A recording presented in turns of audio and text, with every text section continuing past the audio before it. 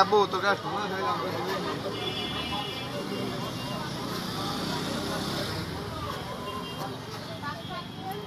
দেখি ছাগল গলা